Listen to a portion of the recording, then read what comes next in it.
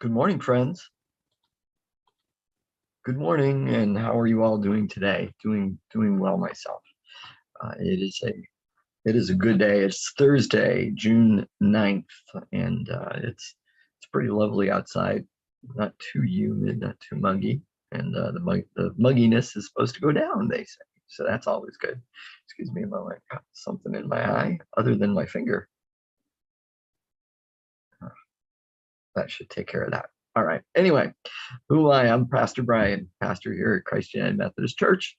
It's the name of our show. PB Reads the Bible.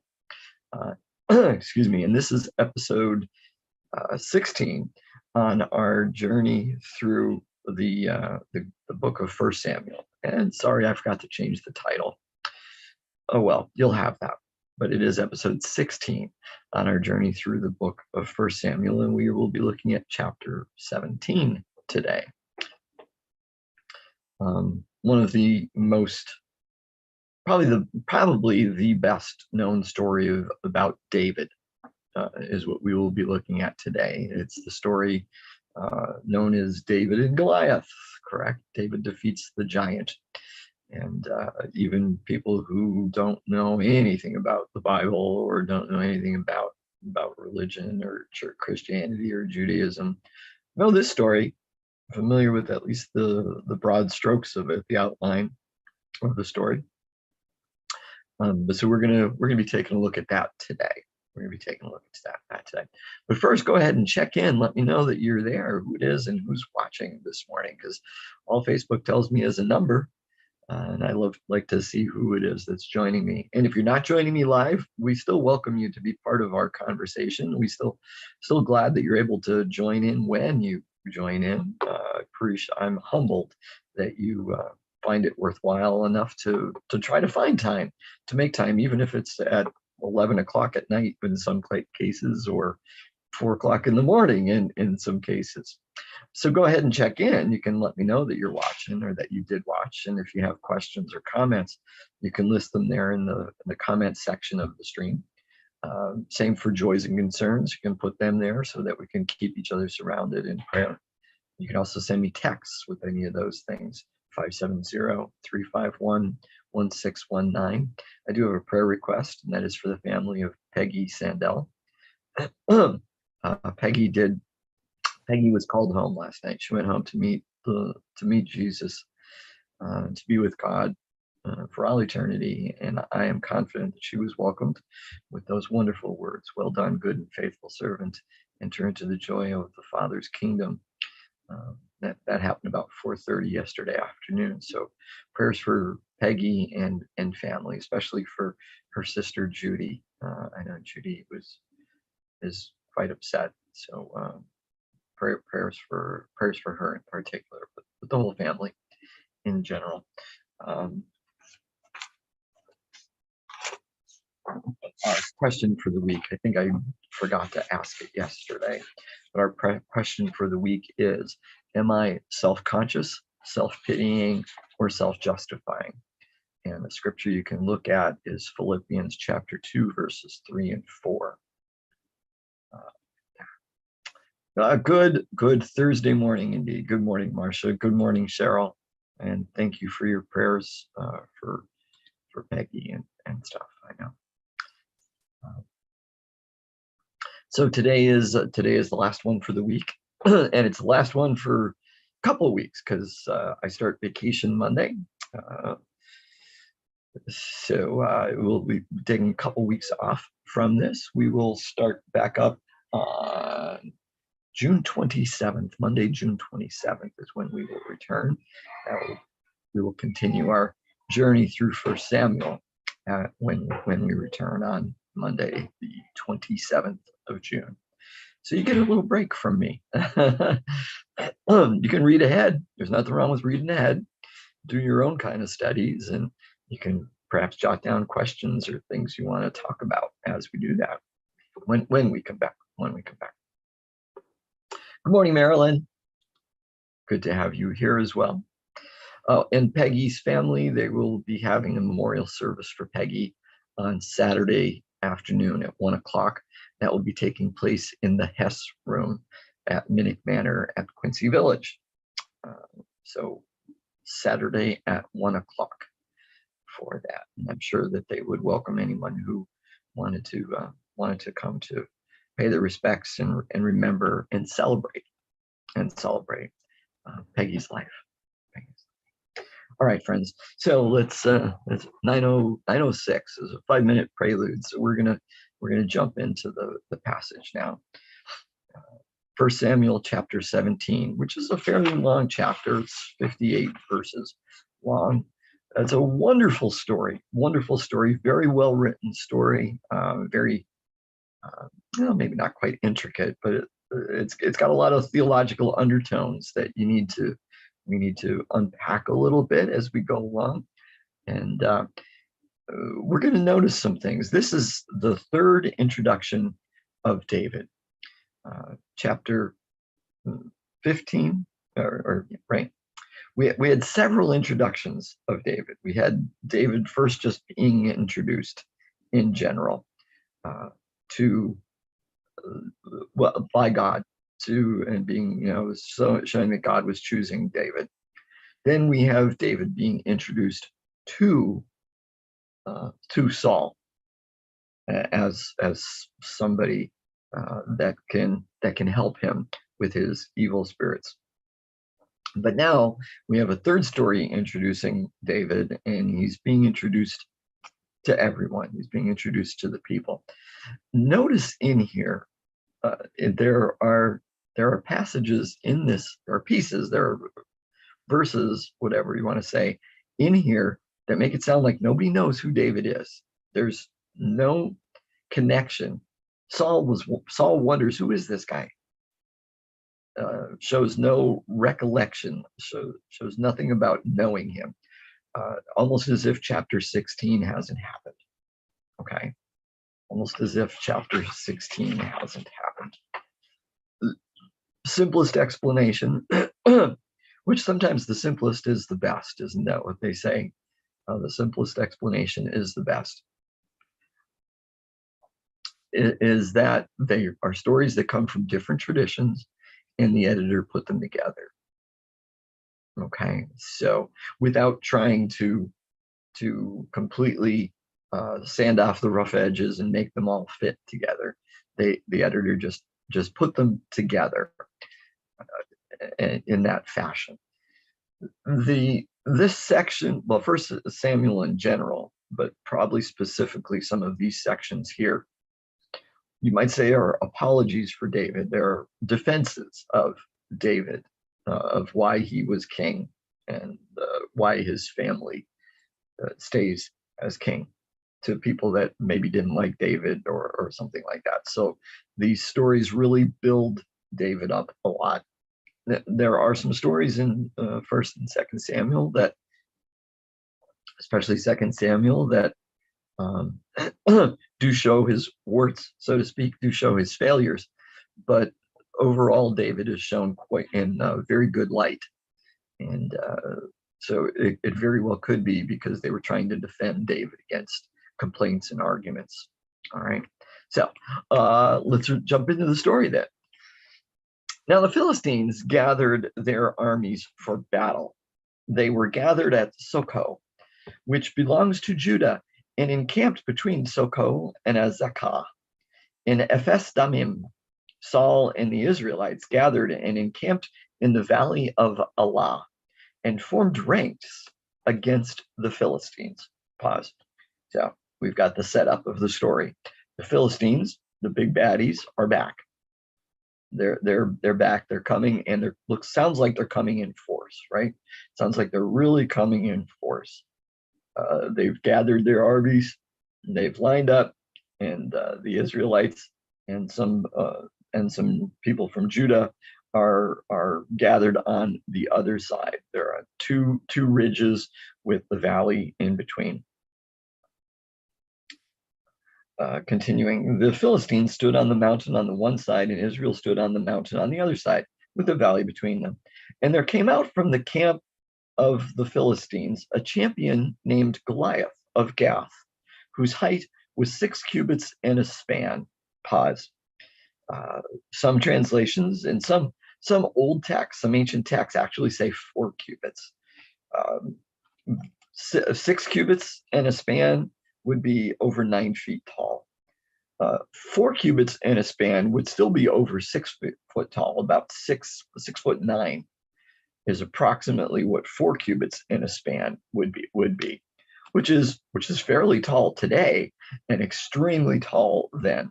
So even at 4 cubits and a span, he would have been easily to consider him having been a giant. But if he was 6 cubits and a span, that's 9 foot 9 inches or 9 foot 6 inches, something like that, which is amazingly tall. So, regardless, those kind of details really don't matter. He was big. He was big. Now, listen to this description, because the author here does not rush through this story, especially with regards to this is big stuff here. His description of this giant is substantial, and there is a reason for it. So continuing, he had a helmet of bronze on his head, and he was armed with a coat of mail. The weight of the coat was 5,000 shekels of bronze. He had greaves of bronze on his legs, and a javelin of bronze slung between his shoulders.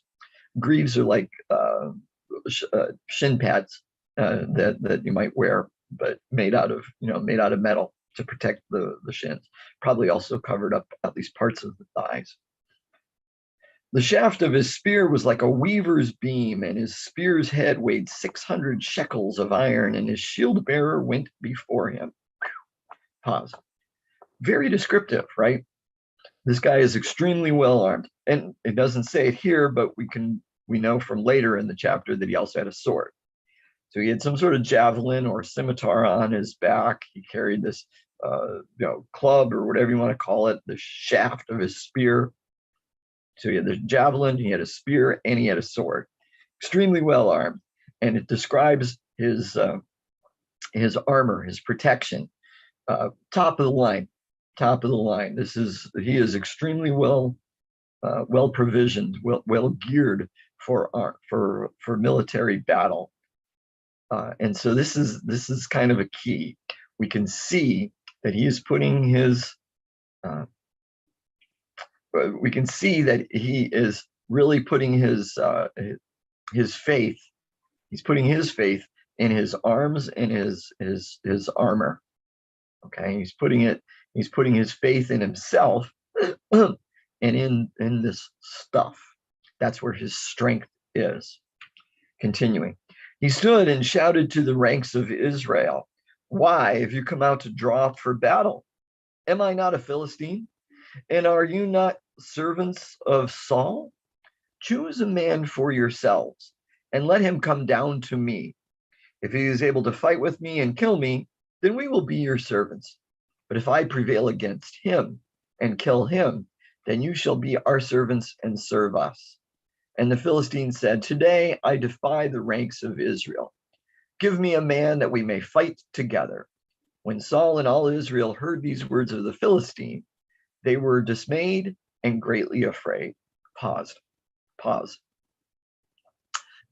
So we do know from other ancient sources, ancient documents, actual historical things, that this idea of one-to-one combat in the middle of a battle, like when both armies are lined up, having this one-to-one combat was a relatively common practice. It did happen.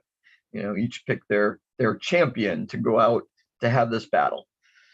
The second half of it, that vow that, well, if he beats me and kills me, then we will be your servants. But if I kill him, then you will be our servants. There's no proof that ever happened. And we're going to learn something about that later too.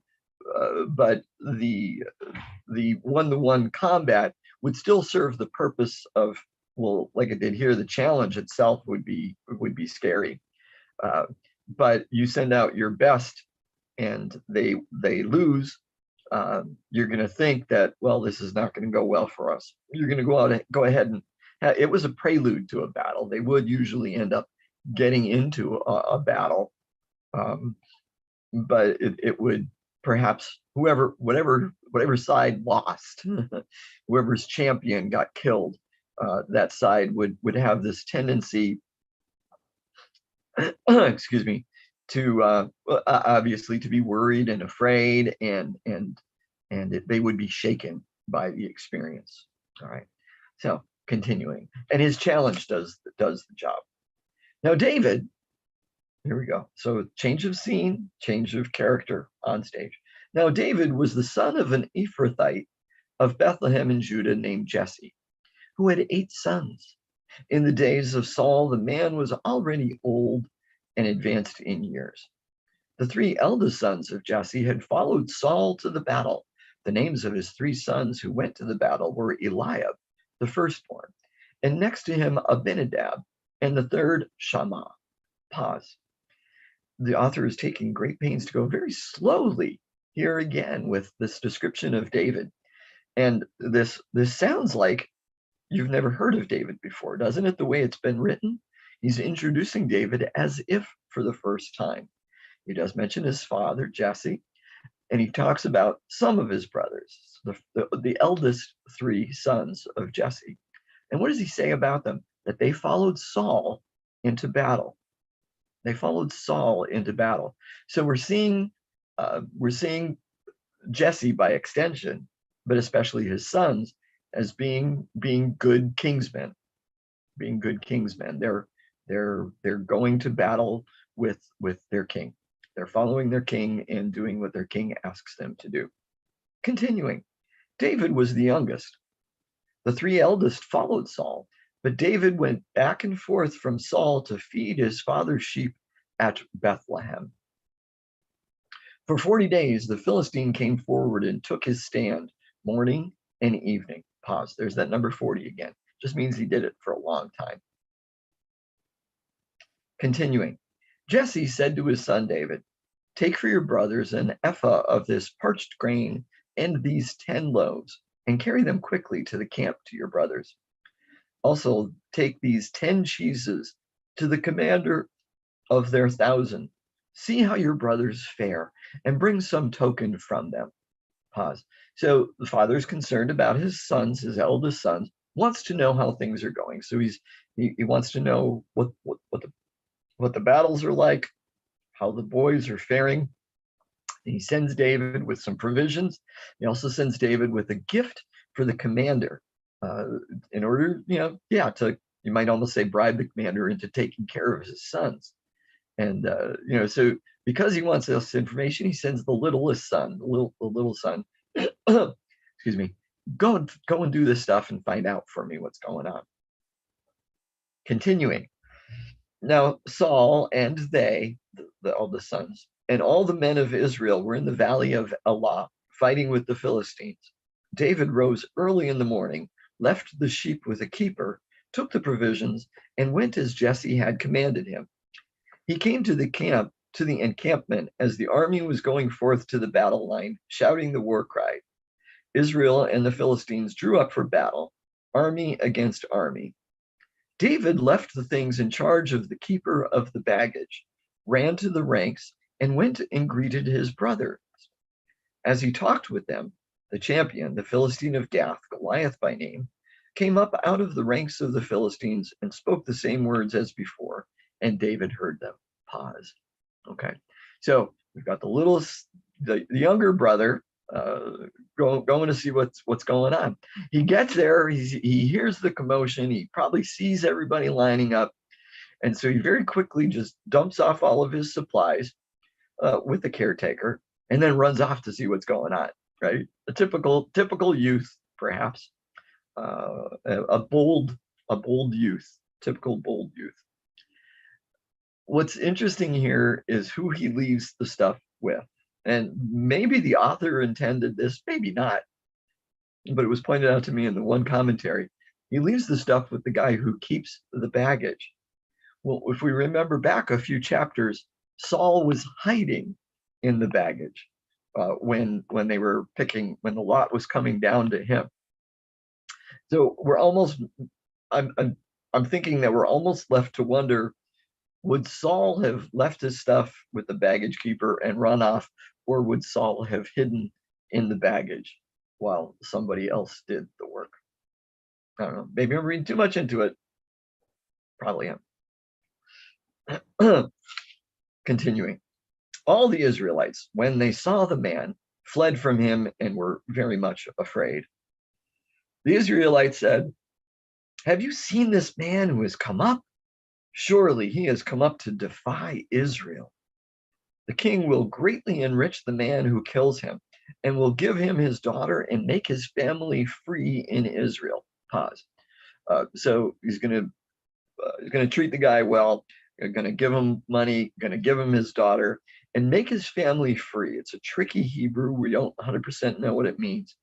It might mean absolve them of any duty to pay tax, or perhaps even also serve in the military. Okay, so rather than having to pay taxes or serve in the military, if you take care of this Philistine, your family won't have to do those things anymore. David said to the men who stood by him, "What shall be done for the man who kills this Philistine and takes away the reproach from Israel?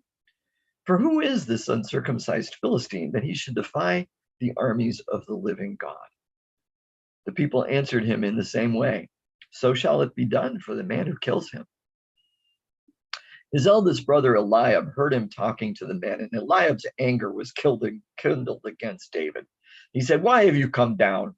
With whom have you left those few sheep in the wilderness? I know your presumption and the evil of your heart, for you have come down just to see the battle." Pause. Older brother jumping to conclusions about the intentions of the younger brother, figuring that this boy is up to no good, that he abandoned the sheep, he abandoned their father, and he's only here to see the battle. David said, "What have I done now?" It was only a question.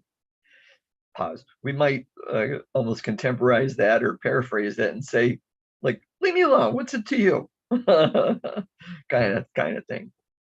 What did I do wrong? He didn't do anything wrong. He just asked a question. Continuing, he turned away from his brother Eliab toward another and spoke in the same way, and the people answered him again as before. In other words, he asked the same question. What would happen to the man who kills this Philistine? And that was a key word there that I used, and that they used. Man. Goliath says, send out your best man. These people keep saying, the man who kills this Philistine, the man who kills this Philistine. All right. When the words that David spoke were heard, they repeated them before Saul, and he sent for him. David said to Saul, pause. David speaks first. Now, there's no recognition taking place here, right? As if they already know each other. But David speaks first. David said to Saul, "Let no one's heart fail because of him. Your servant will go and fight this Philistine." Saul said to David, "You are not able to go against this Philistine to fight with him, for you are just a boy, and he has been a warrior from his youth." But David said to Saul, "Your servant used to keep sheep for his father, and whenever a lion or a bear came and took a lamb from the flock, I went after it and struck it down, rescuing the lamb from its mouth. And if it turned against me, I would catch it by the jaw, strike it down, and kill it. Your servant has killed both lions and bears, and this uncircumcised Philistine shall be like one of them, since he has defied the armies of the living God." David said, "Yahweh, who saved me from the paw of the lion and from the paw of the bear, will save me from the hand of this Philistine." So Saul said to David, "Go, and may Yahweh be with you." Pause. So the author puts this tremendous speech in David's mouth. He gives him two different. We're seeing throughout this story. We're going to see a couple times. We're going to see we see David's military strength or his military abilities, but we also see the power of rhetoric. We see his speechifying. We see how good he is as preparing an argument and to try to sway people and to defend things and stuff like that. So he has this wonderful, powerful message for Saul, this statement to Saul, this speech to Saul, saying, this guy's nothing. Ever since I was a kid, because but even when I was younger, you still think I'm a boy, but even when I was younger, I killed these wild animals who tried to take our sheep away. So, and we're seeing in here, ooh, excuse me.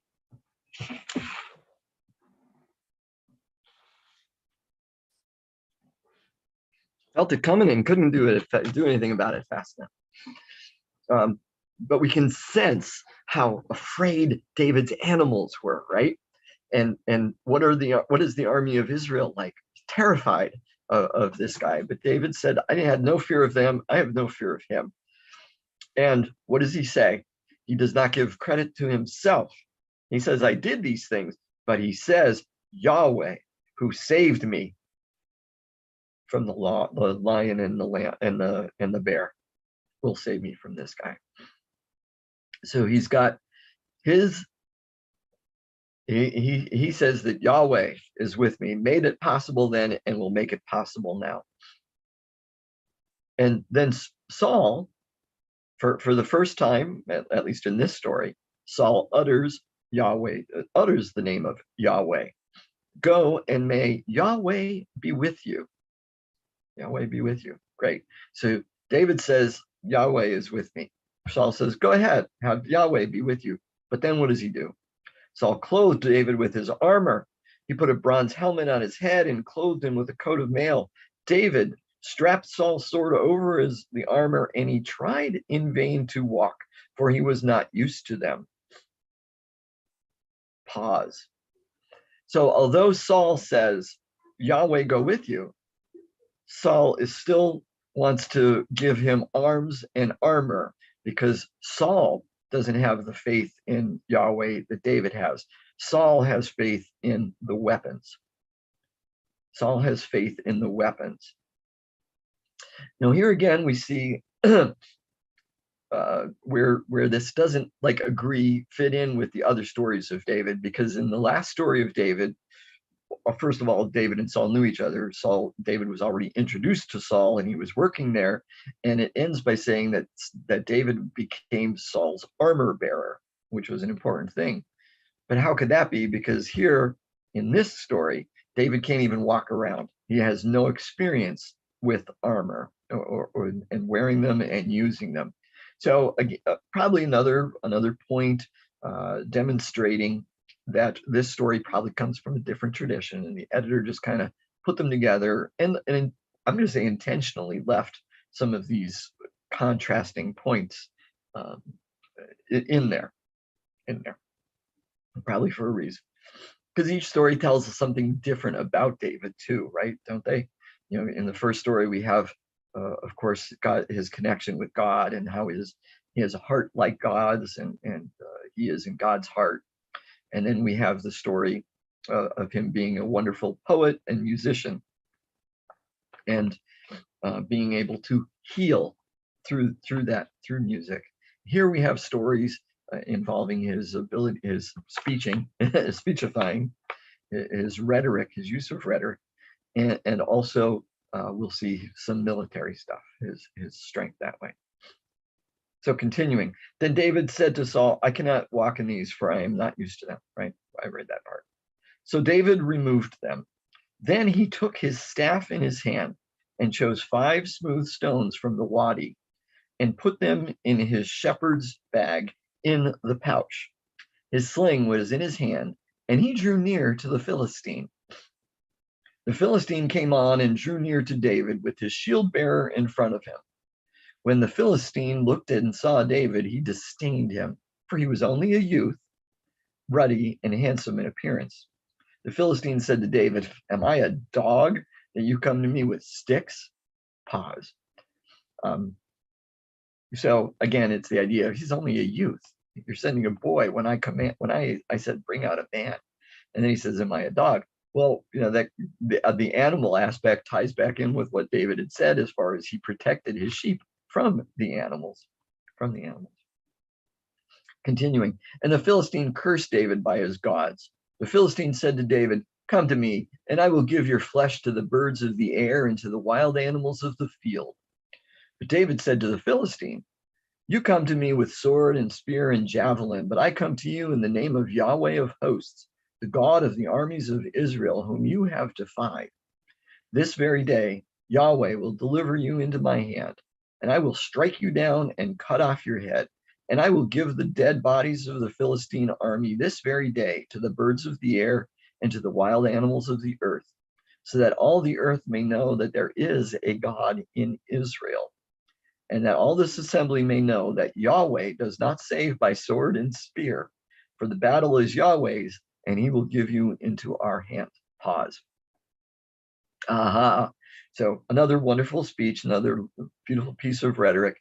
And you're putting all your faith and all your stuff into all your faith into your arms and your armor, when that stuff will not save you. That stuff will not save you. Let this assembly know that the Lord does not save by sword and spear.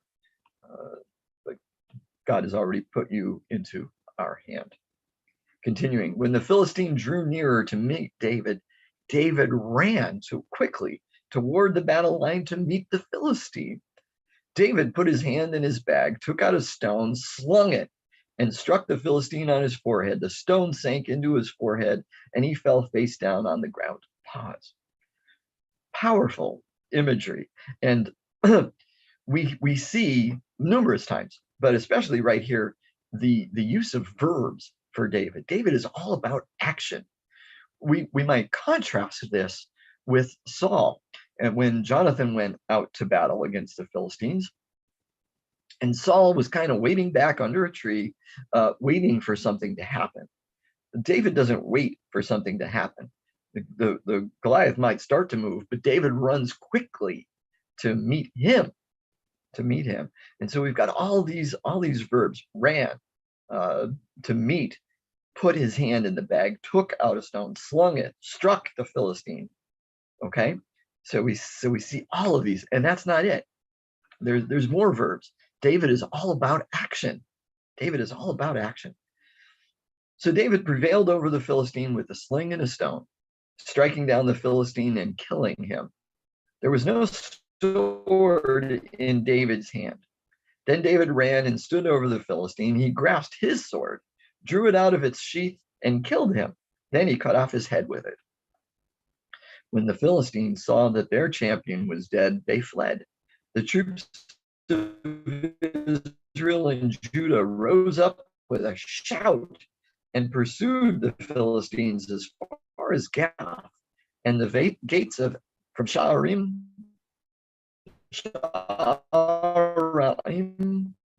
as far as Gath and Ekron. The Israelites came back from chasing the Philistines, and they plundered their camp. David took the head of the Philistine and brought it to Jerusalem, but he put his armor in his tent. Pause. There's some David runs forward and finishes off the job, the coup de grace, and kills Goliath and cuts off his head.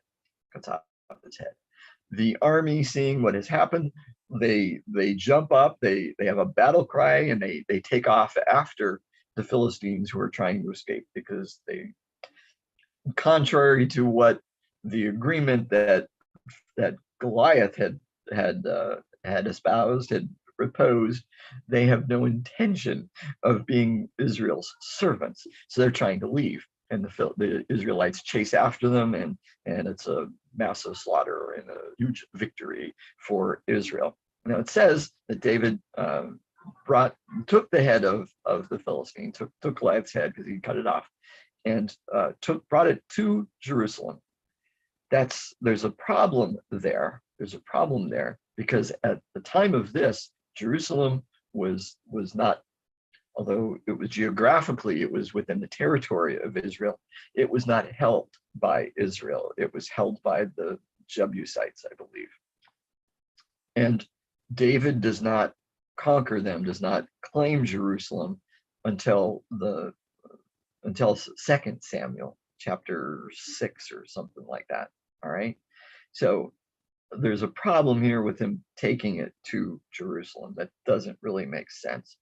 Also, it says that he put his armor in his tent, but we're going to see in another story, again, I think it's in 2 Samuel, where he went and he recovered Goliath's armor, or parts of his armor from Gath, from where they were stored, I believe, in a temple of some sort. Okay. So there's some difficulties with this passage. That's why we need to just kind of read this. Although we're reading it together with everything else, we also read it separately, and we can see that it's probably a separate story that was put in to this. So let's finish it up. When Saul saw David go out against the Philistine, he said to Abner, the commander of the army, "Abner, whose son is this young man?" Abner said, "As your soul lives, O king, I do not know." Pause.